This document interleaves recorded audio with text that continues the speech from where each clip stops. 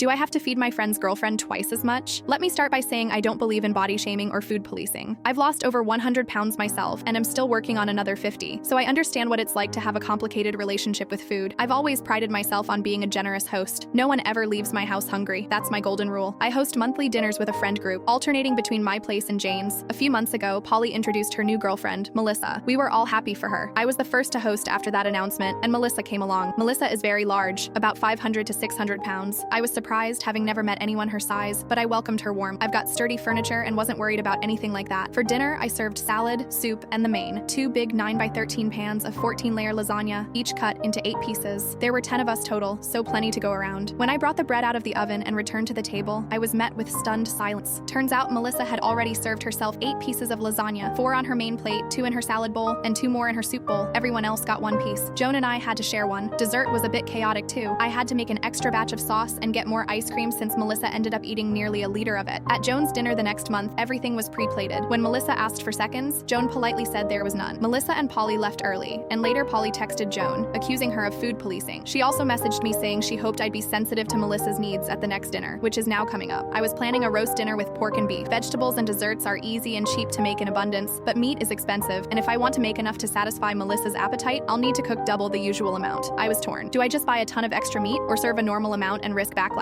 Update. Things blew up faster than I expected. I thought I was safe venting here. Polly doesn't use Reddit, but Melissa had told an online friend about the 14-layer lasagna, and that friend recognized my post and showed her. Next thing I knew, Melissa and Polly showed up at my house, furious. My dad spoke with them while I hid downstairs in my suite and cried. Later that day, we did talk. Melissa said she's always dreamed of being in a friend group where she could eat freely and feel accepted. Polly believed I'd be that kind of host. I explained that I couldn't be, not just because it was making my other guests uncomfortable, but also because I've been in a dark place with food myself. I nearly ate myself to death. Enabling that behavior, even out of kindness, is something I can't do. I told them I'd be willing to offer Melissa double portions in the future, but no more than that. I didn't bring up the cost because I didn't want them to offer to pay as a workaround. They said they'd think about it. A few days later, Polly messaged to say she couldn't forgive me for humiliating Melissa online, unless I showed true remorse by giving Melissa what she needs, which apparently means letting her take however much she wants at dinner. So our friendship is over. One other friend from the group sided with Polly, upset that I posted this online, even anonymously. So the group has shrunk a bit, but we'll rebuild. We've got a few people in mind to invite, and honestly, we skipped this month's party just to breathe and let the drama settle.